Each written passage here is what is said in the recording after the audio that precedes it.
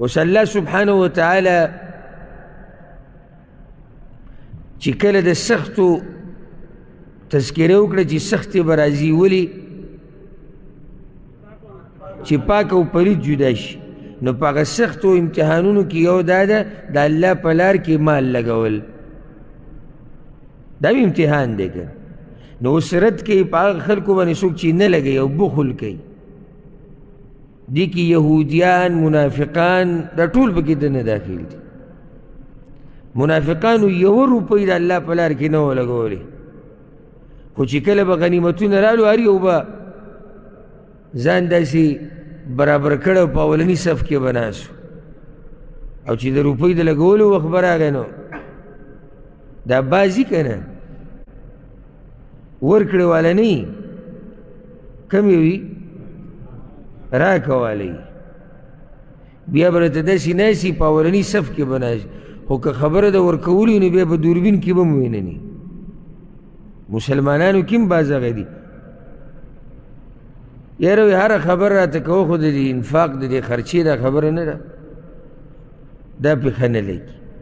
نو واوره الله څه وایي ولا يحسبن الذين يبخلون او ګمان دې نه کوي هغه کسان چې بخل کوي بما آتاهم الله من فضله په هغه مال چې ورکړی دی دوی ته الله د خپلې مهربانۍ نه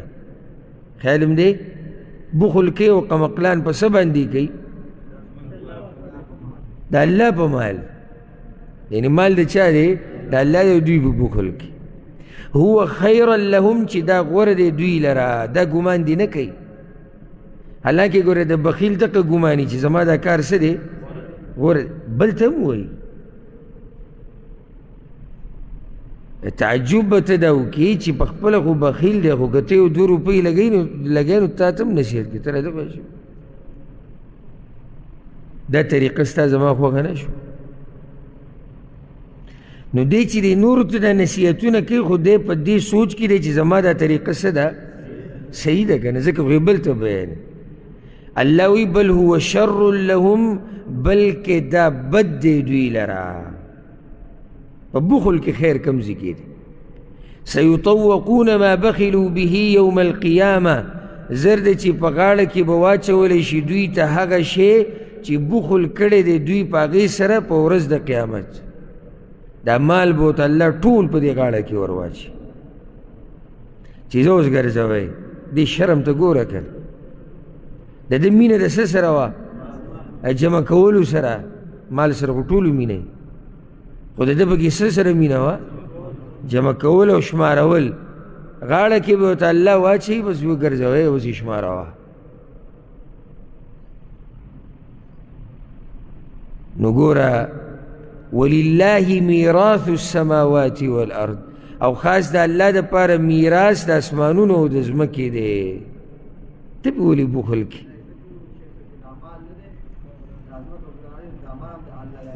هر څه الله ته پاتې نو چې الله ته پاتې کېږي د الله دپاره یې ولګوه که نه مخکې ونی بما آتاهم الله بخل کوي په هغه څه چې الله ورکړي دي او الله ته پاتې دي نو چې الله درکړي دي الله ته پاتې دي هغه الله دپاره یې ولګوه که نه هسې ګورې تاسو د الله دې رحم ته خیال دی لکه موږ له یو شی راکړو وی دا بیا زما په نوم ورکړه چې زه دله جنت درکړم دا د الله رحم دی ښه واله رایکه جنت واله د هغه مال یې موږ لی راکړو ویې لګوه ښه نو یا الله تعالی یې درکړم نه زما په نوم یې دې غریبانو له ورکړه د دین په لارو کې ولګوه چې همدغه مسلمانانو ته فایده وي خو زما په نوم او تعالی به جنت درکړه نوره خوا د الله رحم څه ته وایي دا د الله رحم دی چې سړی دام نه کوي نو والله بما تعملون خبیر او الله په هغه عملونو چې تاسو یې کوئ خبردار دی خبره د انفاق و نو ځکه ورسره دا خبره تعلق ساتي دا روانه کله چې الله دا آیت نازل کو من ذا الذي يقرض الله قرضا حسنا سوک با اللہ لا قرض حسنه ورکی. سورہ بقرہ کی دایت تیر شیو. نو یهود وخاندل ویا محمد اے محمد رب دی کس غریب شوی دے یسأل عباده القرض دخپلو بندگانو نا قرض غواړي. او په دې کې به یو هغه واقعه هم بیانېږي چې ابوبکر صدیق په مخ کې یو یهودي دا خبره کړې وه، هغه وهلی و، څپېړه ور کړې وه. بیا هغه شکایت وکړو، نو رسول الله وسلم ورته ابوبکر ولې دې وهلی وي؟ ده دا ویلي وي ګواه خو دا سره نه و. نو الله د هغه د تصدیق دپاره بیا دغه آیت نازل کړو. لقد سمع الله قول الذين قالوا إن الله فقير ونحن أغنياء. یقینا واورید الله وینا د هغه کسانو چې ویلي یقینا الله غریب دی او موږ مالدار یو. دا ګستاخان سوره مائده کې به راشي، دوی ویلي دي ید الله مغلوله، د الله لاس وی تنګ دي، حالانکې د ځمکې په دې مخ باندې په بخل کې مشهور قوم، یعنی د پوخانه تاریخ راوالی وګورئ، هغه د یهود دي. سنکتب ما قالو زر دی چې وبلیکو هغه خبره چې دوی وی. دوی دی دا سوچ نه کوي چې دا یوه خبره و ختمه شو، دا به لیکلی کېږي. وقتلهم الانبیاء بغیر حق، او وجل د دوی پیغمبرانو لره په ناحقه، دا به هم لیکلی کېږي. ونقول ذوقوا عذاب الحریق، او وایو به دوی ته چې وسکئ عذاب د اور سوځونکي. ذلک دا عذاب بما قدمت ایدیکم، په سبب دا هغه عمل دی چې مخکې لیږلي دي لاسونو ستاسو. وان الله لیس بظلام للعبید، او یقینا الله نه دی هیڅ ظلم کوونکی په بندګانو باندې. الذین قالوا دا هغه کسان دي چې وی یهودو به دا خبره کوله. دروغو ته ګوره، یعنی یو ګناه خو د دوی نه ده که نه، الله پورې استهزا، د الله بې ادبي، پیغمبران وجل. نو اوس دلته دا واوره، دې دروغو ته ګوره. دوی به څه وي؟ ان الله عهد الینا، یقینا الله حکم کړی دی موږ ته، الله نؤمن لرسول، چې ایمان به نه راوړو په یو رسول باندې، حتی یأتینا بقربان، تر دې چې راوړي موږ ته قرباني، تأکله النار، چې خوري هغې لره اور. الله موږ ته ویلي دي چې تاسو به په داسې پیغمبر باندې ایمان راوړئ چې څه به کېږي، چې د هغه په معجزو کې یوه دا ده چې د هغه په امت کې څوک صدقه ورکي، نو د اسمان نه به اور راځي او دغه صدقه به خوري، سیزي به، یعنی قبلیږي. اوس دا دوی ته الله کوم ځای کې ویلي؟ دروغ دي. وی موږ ته الله ویلي، او دومره یعنی ظالمان دي چې دروغ وایي، خو صحیح د دروغ خو ځان له ګناه ده، نو بیا یې نسبت چا ته کوي؟ الله ته. یاره وي موږ به ایمان راوړی وی، خو هغه خبره پکې نشته دې پیغمبر کې. کومه خبره؟ وی الله موږ ته ویلي چې داسې پیغمبر به وي چې د هغه په امتیانو دپاره به دا خبره چې څوک صدقه ورکړي اسمان نه به اور راځي او الله به یې وسیږي. نو دا خو نشته. قل ورته ووایه، جواب څومره ښایسته جواب دی. قد جاءکم رسل من قبلی، یقینا راغلي دي تاسو ته ډېر رسولان مخکې زمانه، بالبینات، په ښکاره دلیلونو سره، وبالذي قلتم، او په هغه شي سره چې تاسو ویلي وو یا غوښتلي وو. یعنې دا کومه خبره چې تاسو کوئ چې پیغمبر به یو د هغه په امتیانو کې به دا طریقې چې صدقه به د اسمان نه اور سیزي، هم دقه شان شوي نه دي. څه پخوانو پیغمبرانو د طریقه نه وه، د هغوی دپاره مال غنیمت حلال نه و، راجمه به یې کو اسمان نه به اور راغی او به یې سیزو. صدقې د قبلېدو قسم دقه شان وه، او پای کې مشهوره قصه د حابیل او د قابیل نه ده. نو الله وی پیغمبر دوی ته ووایه چې مخکې خو پیغمبرانو سره دغه معجزه وه دا کومه چې تاسو وایئ فلم قتلتموهم نو بیا تاسو ولې وجري دي هغوی دا جواب دی چې تاسو خو اوس ناسې د داسې پیغمبر په انتظار کې چې دغه معجزې وي نو پخوا خو داسې پیغمبران راغلي دي نو تاسو ولې مړه کړي دي ان کنتم صادقین که یی تاسو رښتیني اوس پیغمبر له تسلي ورکوي فان کذبوک نه که دوی دروغجن کي تا فقد کذب رسل من قبلک نو یقینا دروغجن کړی شوي دي ډېر رسولان مخکې ستا نه یعنې صبر کوه ته څه اولنی رسول نه چې تا ته قوم یا تا ته یهودو یا تا ته منافقانو یا تا ته مشرکانو دروغجن وي مخکې ډېرو پیغمبرانو ته دروغجن ویلی شوی او دې کې زموږ دپاره هم تسلي ده او یو امتي هغه ته که څوک دروغجن ووایي یا ورته ووایي چې یاره ته بې مذهبه یا بې ادبه یو بس دعوت پرېږدي وایي ته وګوره ما ته یې دا ووایي لکه پیغمبرانو ته یې ویلي یم که تا ته ووایي چې خپل کار کوو او د خلکو خولې څوک بندولی شي لګیا به یې خلک ته خپل دعوت چلوه الله ته د هغوی هم پته ده او الله ته ستا هم پته ده جاءو بالبینات راغلي و هغوی په ښکاره دلیلونو سره هغه انبیا یعنی مطلب دا دی چې په دې ورته دروغجن نه دي ویلی شوي چې دوی سره دلایل نه وو الله وایي دلایل خو سره دومره ښکاره دلایل وو چې قرآن کې ځای په ځای تذکره نه راغلی د بعضو انبیاء باوجود د دې دلایلو هغوی ته دروغجن ویلی شوي والزبر او په واړه کتابونو سره والکتاب المنیر او په لوی کتاب رڼا کوونکي سره بعض علما وایي الزبر نه مراد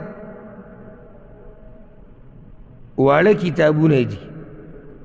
والکتاب المنیر او لوی کتاب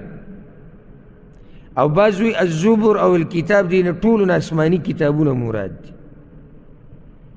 او بعض لا دا وایي چې د یو کې عقلي دلایل دي او د بل کې نقلي دلایل دي خو لنډه دا ده چې پیغمبران ډېر شی راغلي وو او دغه ټولو سره څه وو د آیت ته وګورئ دلایل ورسره وو او کتابونه ورسره وو سره د دلایلو او د کتابونو هغوی تکذیب شوی دی نو ځکه اوس الله پیغمبر ته وایي او مؤمنانو ته وایي چې دا کافران چې تاسو تنګوي او تاسو ته اذیت در رسوي نو مه خفه کیږئ دا د همیشه دپاره نه ده ځکه چې مرګ را روان دی د دوی دا تنګول به همیشه نه نه به د دوی دا خنداګانې همیشه مرګ را روان دی تاسو به دمه شئ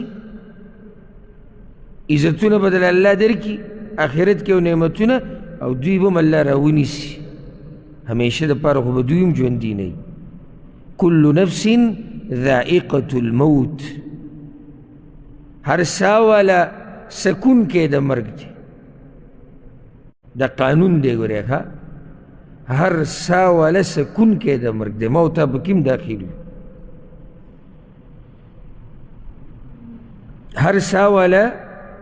سکون کې د مرګ دی د امام ابن کثیر رحمه الله تفسیر می کتو نو هغه څه ناشنا خبره کړې ده کوم تفسیری تفسیر چې د امام ابن کثیر دی وی په دې آیت کې الله ټولو خلکو ته لاسنیوه کړې ده ټولو خلکو ته لاسنیوه ده موږ ځو که د خلکو لاسنیوه کې کینو دې کې زما او ستا لاسنیوه ده تسلی الله را کړې ده چې مري به ټول به مري لاسنیوه کې خلک تسلی ورکوي نه یاره دا حق لاره ده او ټول روان دا لاسنیوه ده و من کې مشکل دی چې نورو ته سوچ لکه اوس ما ووایي چې هر سا والا سکون کې د مرګ دی نو موږ ښی ګس ته ګورو یاره دی او هغه بس هغه پلاني هم ډېر عمر وشو او هغه چې په کټ کې پروت دی بیمار د ډېر وخت او دا کیسې سټارټ شي وانما توفون اجورکم یوم القیامه او یقینا پوره به درکړی کیږي تاسو ته اجرونه ستاسو په ورځ د قیامت. دا د خوشحالي خبره مؤمنانو دپاره، د یېرې خبره د کافرانو دپاره. او دواړه قسمه خلک مخکې ذکر شو، د کافرانو تذکره هم نږدې شوې ده، د مؤمنانو هم شوې ده. فمن زحزح عن النار، نو څوک چې بچ کړی شو د اور نه یا واړولی شو د اور نه، وادخل الجنه، او داخل کړی شو جنت ته، فقد فاز، نو یقینا کامیاب شو، ده وګټله. دا کامیابي ده، دا ګټه ده ښه، چې جنت ته ورننوتو نو د یقیني کامیاب شو، وی ګټله. او حدیث کې راځي، حدیثونه ډېر ذهن ته راشي، خو دا وخت ډېر لګي موږ سره، ځکه پرېږدو اکثر دا حدیثونه. په صحیح بخاري صحیح مسلم کې دی، من احب ان یزحزح عن النار، څوک چې دا غواړي چې الله یې د اور نه واړی او جنت ته ورننوځي، فلتدرکه منیته وهو یؤمن بالله والیوم الآخر، نو په ده باندې د مرګ په داسې حال کې راشي چې د ده په الله او په آخرت باندې ایماني. او دا یې ویلي دي ولیأتي الی الناس ما یحب ان یؤتى الیه، او د خلکو سره د داسې معامله وکړي لکه څنګه چې دی خوښوي چې خلک ده سره معامله وکړي. پوه شوې په دې؟ ته څه غواړې چې خلک تا سره ظلم وکړي؟ نو څه به کوې؟ خلکو سره به انصاف کوې. ته څه وایې چې خلک ستا بې ادبي وکړي؟ نه، ته به هم د چا بې ادبي نه کړې. ته وایې چې خلک ستا مال وخوري؟ نه، ته به هم د بل دا نه خوري. او چې څه کرې هغه به ریبې، چې څنګه د خلکو سره کې داسې به سره کېږي، بیا ګیله مه کوه. نو څه چې د ځان دپاره خوښې د بل دپاره خوښوه. وما الحیات الدنیا الا متاع الغرور، او نه دی ژوند دنیوي مګر سامان د دوکې دی. ما بل یو فایده ذکر کړی چې متاع کې څه فایده ده. بارک الله فیک. دې کال له موږ سره تکړه ملګری، یو د عادل دی، یو شاکر دی، یو قاري صاحب دی، او نور خیر خیریت دی. نو کوشش چې سړی وکړي پوه شي. موږ دا خبره ذکر کړو چې متاع کې دا فایده ده چې یا به تا نه ځي یا به ته ځي، جوک یو کېږي که نه. کله دنیوي فایدې د سړي نه څه شي لاړې شي، سړی ته نه شي، سړی لایي غریب شي، او کله چې دغه سړی لاړ شي نو الله وایي په دې مه دوکه کېږي. الغرور د دوکې سامان یې ورته ووایي. قرآن کې الله وایي که نه سورة الاعلی کې اکثر د جمعې په ورځ یې موږ اورو بل تؤثرون الحیات الدنیا، الله وایي تاسو دنیا له زور ورکړی دی. والآخرة خیر وابقى، حالانکه د آخرت ژوند غوره دی او همیشه دی. اوس الله وایي چې امتحانونه به لازم راځي، لازم به په مؤمنانو باندې امتحانونه راځي. لتبلون فی اموالکم وانفسکم، خامخا امتحان به راوستلی کېږي په تاسو باندې، په مالونو ستاسو کې او په نفسونو ستاسو کې. فی اموالکم وانفسکم، په مال کې امتحان دی، په نفس کې امتحان دی، صرف په یو شي کې نه دی. کله په یو سړي باندې صرف په نفس کې امتحان دی، کله صرف مال کې، او کله په انسان باندې په مال او په نفس کې امتحان راځي. لکه یو سړی جهاد له لاړ، مال هم لګوي او بدن هم لګوي. حج له لاړ، نور داسې عبادات دي. نو قسمه قسم طریقو سره به امتحانونه راځي. د دې تفصیل شی ولنبلونکم کې بشیء من الخوف، سوره بقره کې تیر شي. هغه امتحانونو کې یو دا دی ولتسمعن من الذین اوتوا الكتاب من قبلکم او خامخا اورئ به د هغه کسانو نه چې ورکړی شوی دی کتاب ورته مخکې ستاسو نه ومن الذین اشرکوا او د هغه کسانو نه چې شرک یې کړی دی اذن کثیره ډېر ضرر ډېر یعنی بدې ردي سپکې سپورې دا به تې اورئ ولي کله چې د احد نه مسلمانان واپس رالو او مسلمانانو ته شکست ملو شو او یا ملګري شهیدان شو نو د منافقانو جبې ښې اوږدې شو د یهودو هم دوی وی موږ په حقه یو او ولیاذو بالله چی شو هغه الله او چی شو هغه دین او تاسو خو موږ خو به ګټو او مرسته به زمونږ وي او نن هم دا حال دی الله دا آیت راولي صبر کوئ الله وی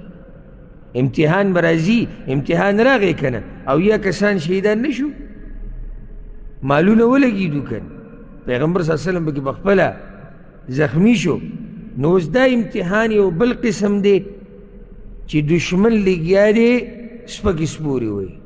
بدې ردې وایي وَإِن تَصْبِرُوا وَتَتَّقُوا او که صبر وکړو تاسو او تقوا مو وکړه فَإِنَّ ذَلِكَ مِنْ عَزْمِ الْأُمُورِ نو یقینا دا د پخو یا د مضبوطو کارونو نه دي مخکې هم داسې نصیحت تېر شوی کم صورت کې دې صورت کې وَإِن تَصْبِرُوا وَتَتَّقُوا لَا يَضُرُّكُمْ كَيْدُهُمْ شَيْئًا هلته دا دي که تاسو صبر وکړو تقوا هم په ځان کې راوسته نو د دشمن چل به تاسو له څه نقصان در نکی الله رب العزت دلته د یهودو خبره بیا کوي مخکې یهودو باره کې ووایي چې دوی دروغجن دي کوم ځای کې وایي دوی دروغجن دي نه نه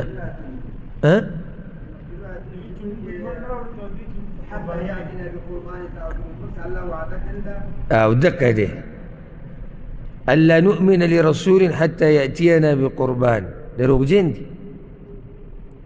اوس الله وایي چې دا دروغجن هم دي او دوی حق هم پټ کړی دی خیانت هم کړی دی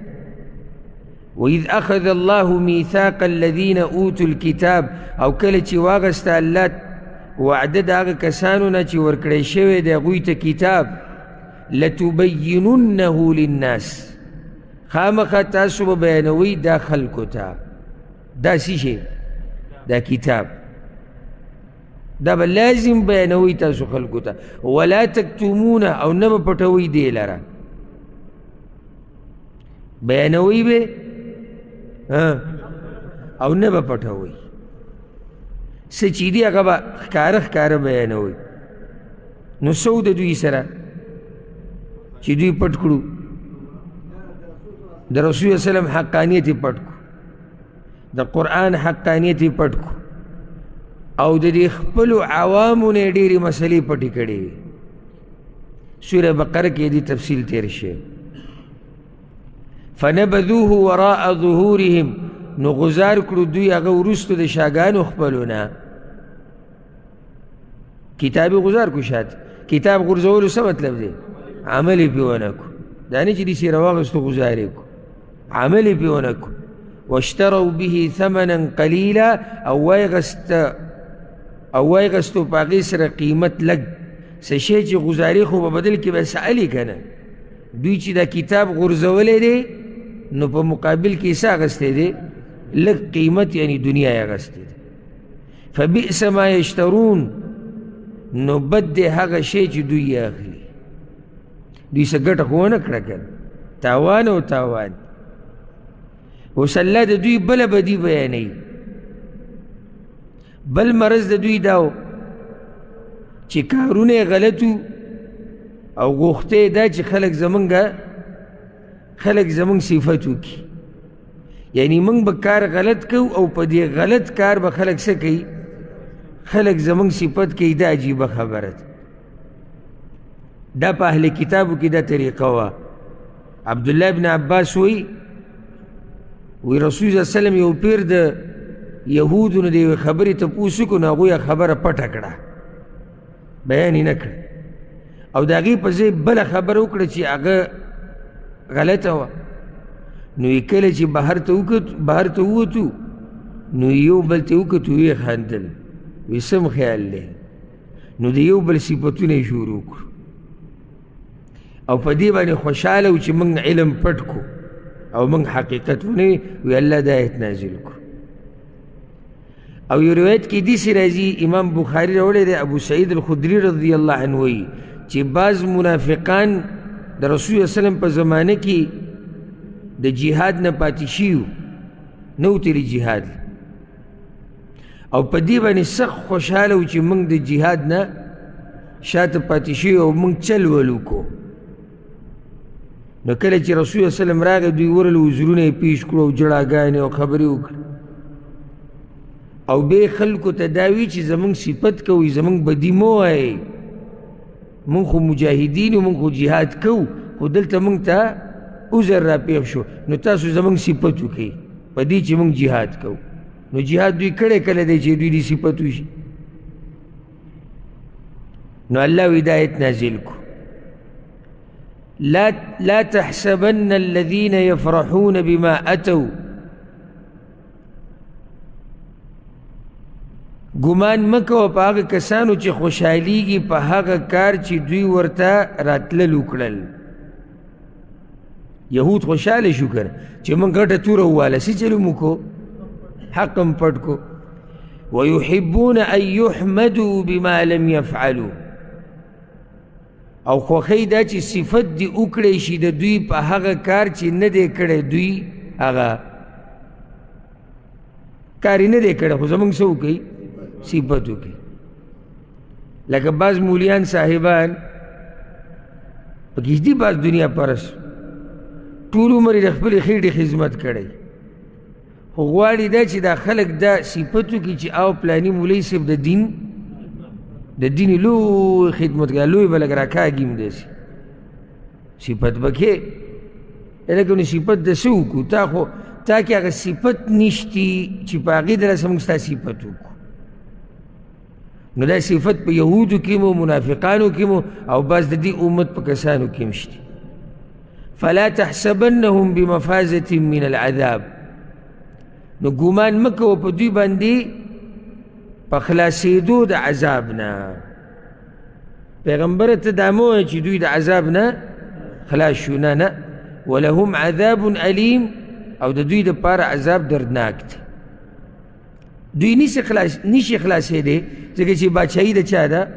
د الله ده. نو ځکه وایي ولله ملک السماوات والارض او خاص د الله دپاره باچایي د اسمانونو او د ځمکې ده. والله على كل شيء قدير او الله په هر شي باندې قدرت لرونکی دی.